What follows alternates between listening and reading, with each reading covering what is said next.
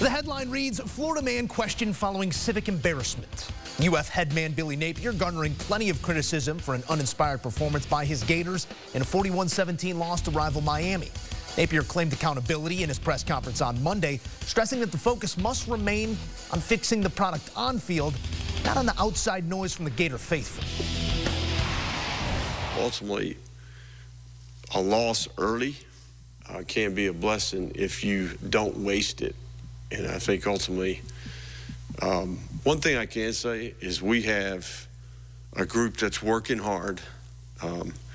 I do think that we have character.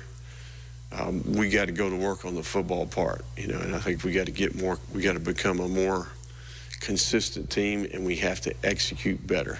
And if we can focus on those things and not necessarily what some guy in his basement saying in rural Central Florida on social media, then we got a chance to get better, right? So I think that's the key, but sometimes you deserve criticism, and I think that's one of those things I would say. I have no excuses, right? So we got to go get it fixed. Bryant, McFadden and Kanell here to offer their point of view on all that was in those statements. Guys, you never want to spar with your own fan base. Napier, bit tone deaf there, invoking rural Central Florida basements. Also, not sure how many basements there are in that region, but I digress. Mac, what's your reaction here to Napier's statements on Monday? Oh, he better brace themselves. Because the fan base, they caught a stray during that presser. He just threw that out to the fan base. No one in particular, but he just threw it out there. So you have to understand something. Billy Napier has been around college football for quite some time, right? And there are certain programs, football programs, they have diehard fans. They're a blue blood program, and they take their said program to heart. And if you don't live up to the expectations that are extremely high year in and year out, they're going to feel some type of way. The message board will be flooded with negativity, negative comments about you as a coach and the players. That's just the life of football with certain universities. And Billy should know that. He should know that. He's been there long enough.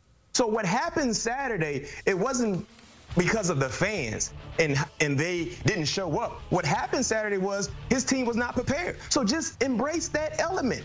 Just embrace it. When you're a head coach, when you're a leader of men, it's your job to take all of the blame. Now, what you do behind closed doors is two different things. But in the public, don't try to deflect or defer to any other situations that's associated with your program.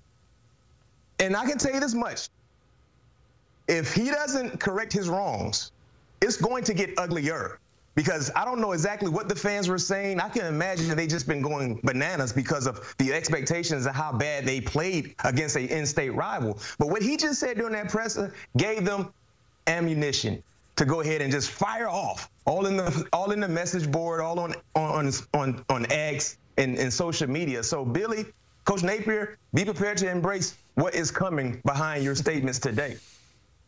B-Mac, it was so close, right? I mean, he said a lot of things that I think are true. Like, he called it out and said some good things can come from a loss if we use it to motivate us. He said, I have to do better. But just that one phrase of calling out, a random imaginary fan, which kind of does, it kind of puts them all in a bunch, right? All those crazy fans who were on the chat room message boards and the ones who, there was reports out that they were saying fire Billy Napier. There were chants at the game. There was bleep you Billy Napier at the game. Like, he heard all those, but he put them all in a group. And what he has to remember is that, and that's the hardest thing to do, is you've got to try to galvanize those people and keep them believing in you, because they have turned on them. And guess what else? That guy in the basement, that imaginary fan in the basement that he brought up, you know what else they're doing now? They're writing checks, and it might be $10 a month. It might be $100 a month. It could be $100 a year, but they're writing checks to the collective that are actually funding the program now, funding the players. And so they feel even more emotionally attached to the program that they are so passionate about. So the last thing you want to do is call out those people. And he did, and you are 100% right, B-Mac. It's only going to get uglier. They desperately need a win against Samford, a blowout win, like blowout. And they better watch out, because they're coming back to the Swamp against Texas A&M. That's the only thing that'll cure this, is wins against a schedule that doesn't look like very many of them are on it.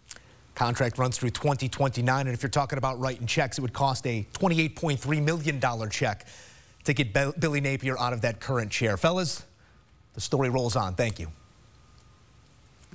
And here's a look at that schedule. As DK said, hard to see a whole lot of them on there. Going to be a tough season for the Gators if they don't get things fixed in a hurry. It does rank as the hardest schedule in FBS as they sit 0-1 following a decided loss to an in-state rival.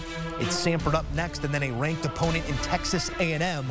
Top-ranked Georgia November 2nd, followed by Texas, LSU, Ole Miss, and Florida State to round out a murderer's row on the way home.